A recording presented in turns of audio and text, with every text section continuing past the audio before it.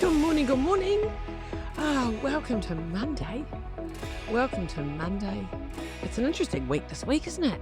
Interesting week. I've just been sitting here, opened my planner, and I'm going, whoa, big week. Kind of a big week, but I actually quite like this week because at the end of the day, pretty much most of it's done, isn't it? I've got 3 focuses this week. My first focus is preparation. My second focus is gratitude. My third focus is food. And my fourth focus is people. I reckon they're pretty good life focuses, actually. My focuses this week. Quite like all of them. Quite like gratitude, quite like people. Love food. So that's what I'm doing. I'm sitting here thinking about my week. And in preparation, I'm getting all the jobs done. I'm making lists. I do love a list. I love a list of everything that needs to be done. And I'm listing out all the things that have to happen, before Santa comes. And really, it's not about Santa, is it? For me, it's about before my son arrives home. Bless him. I'm so excited. He's coming home for Christmas. So my eldest son is coming home. My daughter's coming home on Christmas Eve. She's going to be exhausted because she's in retail and that's exhausting time of year, being nice and doing really long hours. So I'm preparing for them, preparing for what they need, preparing lots of food because I've got, a fairly good chunk of 20 people or something coming on Christmas Day. Now, let's talk about food. I don't know about you. So we have a tradition. We start our day with savouries, bacon, egg and feta savouries that's gluten-free even. So gluten-free savouries are quite rare and gluten-free pastry is quite expensive. I use a Pavilion ready-rolled sheets of pastry. Unbelievable. Pavilion ready-rolled gluten-free pastry. It's extraordinary. And it's like 4 sheets of normal fucking pastry that normal people have for gluten-free people. Oh my God. And it's beautiful. So I'd cut that into little squares, chuck that in muffin pans and fill that with pre-cooked bacon, onion, and then dribble over some pre-beaten eggs and a little sprinkle of feta into the oven. Oh my God. So my kids love it. We get really excited in the morning. We have champagne and savouries as our Christmas breakfast tradition. And it means you don't need plates. You're not having breakfast as such. You're just opening presents, talking shit and eating savouries. And I have a lot of people that come here for my savouries because they're like, oh, we'll be round in the morning. So I make bloody at least 100 of these things. And I prep them all the night before. So making lists of what I need for that, making sure I've got enough pastry. And to be honest, I buy the pastry back in November because if there's a national shortage, I really can't be fucked making pastry from scratch Christmas Eve. That wouldn't work, would it? Anyway, so preparation is a big deal, right? The other thing I like to do with my food is organise all the stuff. So a lot of the dry ingredients, let me share. Can I share with you one of my favourite secrets? This is a secret that I've shared with lots of people, so it's not really a secret, but it's just gold. Best hack, Christmas Day, right? Now, don't freak out. Don't drop off the line because I say this. Just hear me out till the end.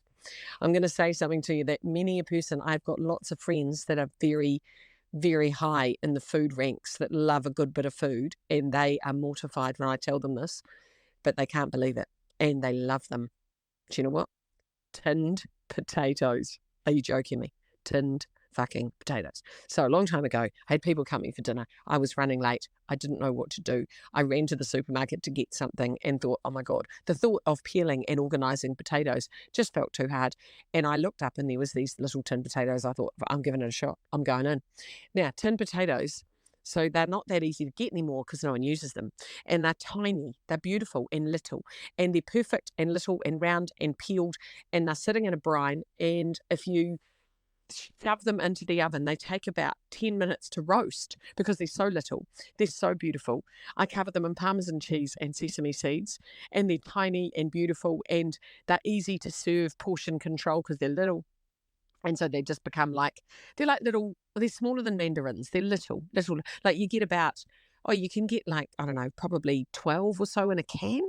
And they're quick, they're easy and zero preparation, no peeling, no mucking around. And they're just yummy. They're not super potato-y. So they're not like, a really good, an organic agria. Oh my God, why am I talking about potatoes? Because I love them. That's why.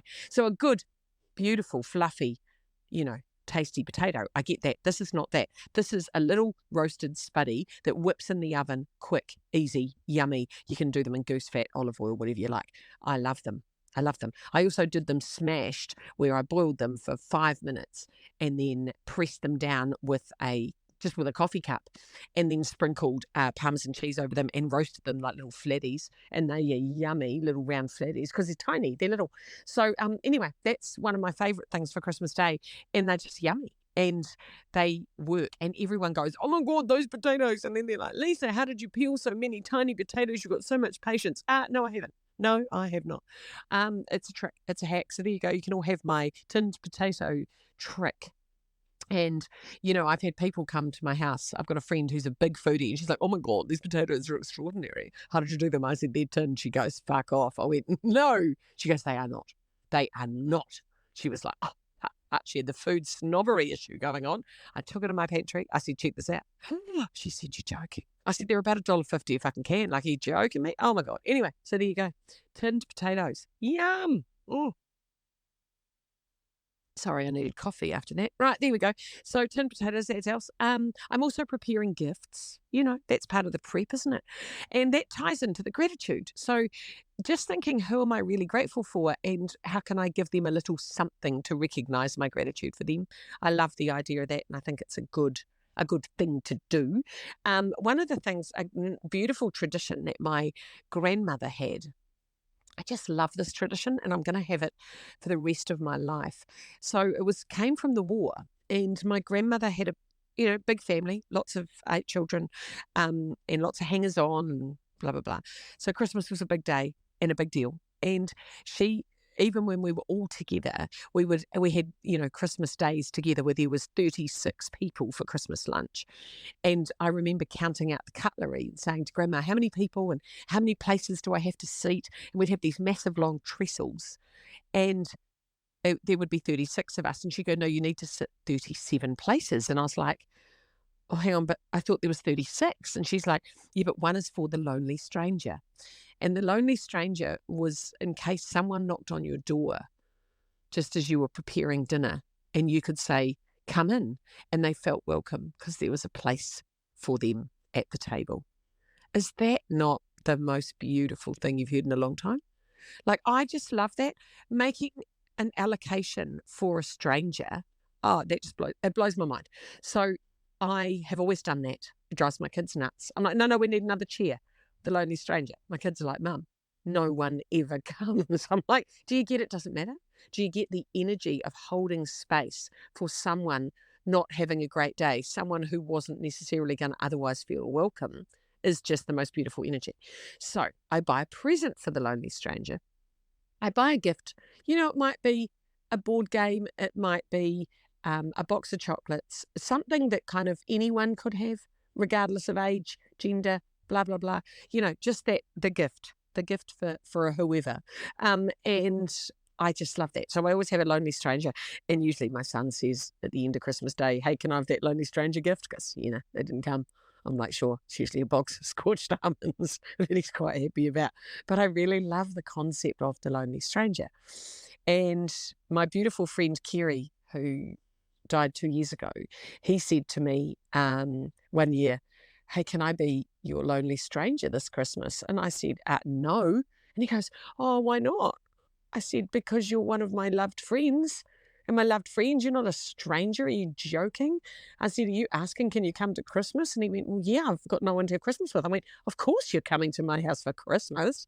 Because I quite often have people who are lurking around without family or without a place in the day. And I love that. Makes it more interesting than just hanging out with bloody family who you know all the time. And he was like, "I want to be your lonely stranger." I said, "It's impossible. It's impossible because you aren't a stranger in my world." Right. So anyway, so he came, and then I said, "You can sit opposite the lonely stranger if you like." He said, "Oh, I wonder who they might be." The possibility, right, of meeting someone new. So I've never had anyone, but if you did turn up at my house on Christmas Day, there would be a place for you. So I just think that tradition is beautiful. So I've got to buy the lonely stranger a gift. That's what's on my list. That's what's on my list this week. So apart from all the food and the gratitude of, oh, who do I need to thank? Making a gratitude list at this time of year is really lovely. Who am I grateful for in 2023, who's really been there for me, who's someone that's shifted the needle, been gorgeous, just someone that I appreciate. And I think letters and notes of appreciation, doesn't have to be a gift, is a good idea. Just telling people that, you're grateful for them. And then I'm starting to think of like what I call the closing ceremony of the year, shutting down the year. So this week I will be shutting down the office. I'm not a big cleaner. I'm not really big on cleaning, but I will be taking everything off my desk and wiping it down and making sure that the year is closed so that when I pop back up at work after the Christmas break, it all feels nice. It doesn't feel like, fuck, it's a shambles. It feels nice. So I'm preparing for my future self of closing the year. What are the things I want to do? What are the things I'm putting away for the year and tidying up and organising and just getting ready for the end of year, as in, what did I say I would do before the end of 2023? Probably quite a lot. Who have I got to get back to? What are the shitty emails that are sitting in my inbox that I haven't responded to? What are the, I don't know, bills to pay? Just stuff to do in your closing ceremony. So there you go. That is my meeting. That's this week. Quite a lot to do. Got to go buy some stuff. Got to go do some stuff. Send out, this is the pointy end, isn't it? If you don't do stuff on the Monday, Tuesday of this week, it's probably not going to happen, because Wednesday, Thursday, there's not me. You're going to struggle to get a courier. You're going to struggle to post things. You're going to struggle to get a delivery. There's also a bit of surrender, isn't there? Just going, well, I was going to handwrite 48 Christmas cards, but probably not going to happen. Because I'm at work all week, haven't done them, let it go. Just let it go. Because if you haven't done it now, you're probably not going to get it done. You're not going to get it in the post. Just let it go. Send a letter in the new year and go, hey, this is your Happy New Year card. Right? Just let it go. Find something you can do to take the pressure off this week, to go, oh, do you know what? Fuck, I'm putting that in the fuck it bucket, and that's not happening.